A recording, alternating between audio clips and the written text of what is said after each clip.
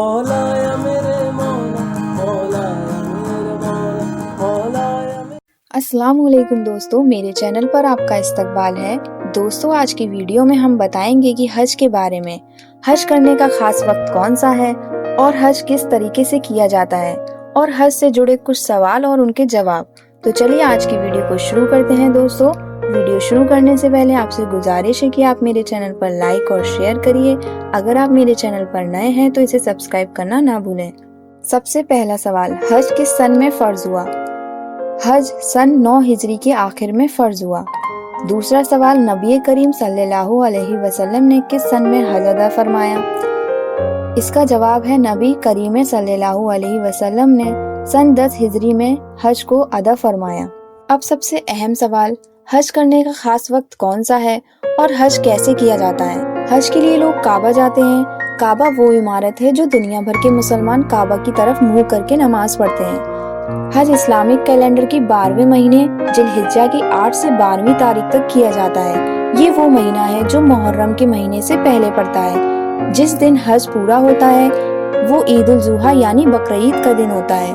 حج کے علاوہ بھی مسلمانوں کی ایک اسلامک یاترا ہوتی ہے جسے عمرہ کہا جاتا ہے۔ حج اور عمرہ ایک ہی جیسا ہوتا ہے، فرق بس اتنا ہے کہ حج بقرعید کے مہینے میں کیا جاتا ہے جبکہ عمرہ سال کے کسی بھی مہینے میں کیا جا سکتا ہے۔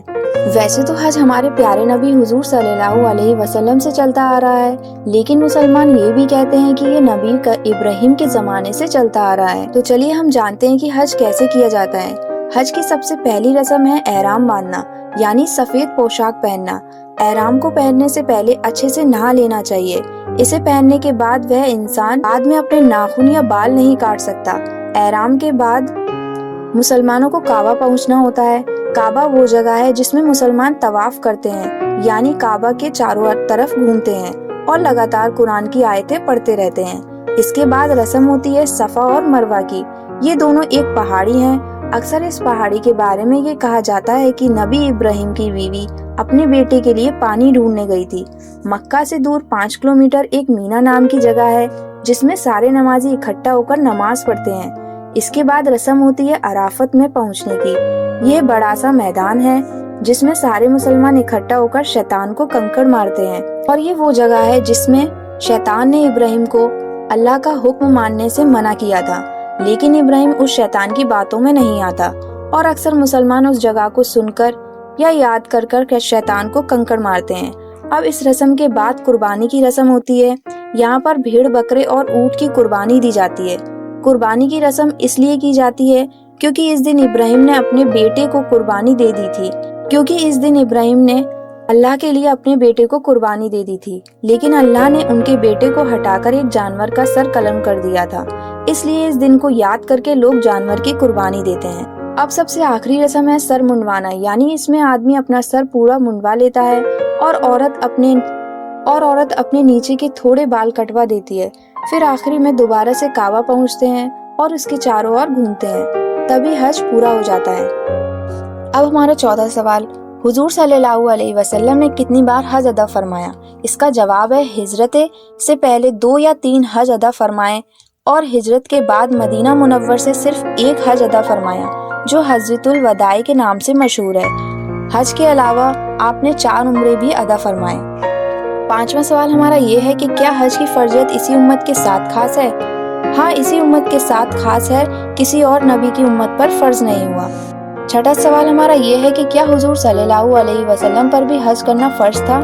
ویسے تو حقیقت حال تو خدا کو معلوم ہوگا، البتہ علامہ شامی اور ملا علی قاری کی ظاہری عبارت سے معلوم ہوتا ہے کہ آپ پر بھی حج کی فرضیت نازل ہوئی۔ سوال 7، کسی کو ایک حج یا چند حج میسر ہوتے ہیں اور کسی کو بالکل نہیں، اس کی وجہ کیا ہے؟ اس کا جواب ہے کہ حقیقت حال تو علم تو خدا کو ہے، البتہ روایت میں ہے کہ جب حضرت ابراہیم علیہ السلام نے خانہ کعبہ کی تعمیر فرمائی تو رب العزت نے حضرت ابراہیم سے فرمایا کہ اے ابراہیم آواز دو کہ تمہارے رب کا گھر تیار ہو گیا ہے، اس گھر کی زیارت کے لیے چلے آؤ۔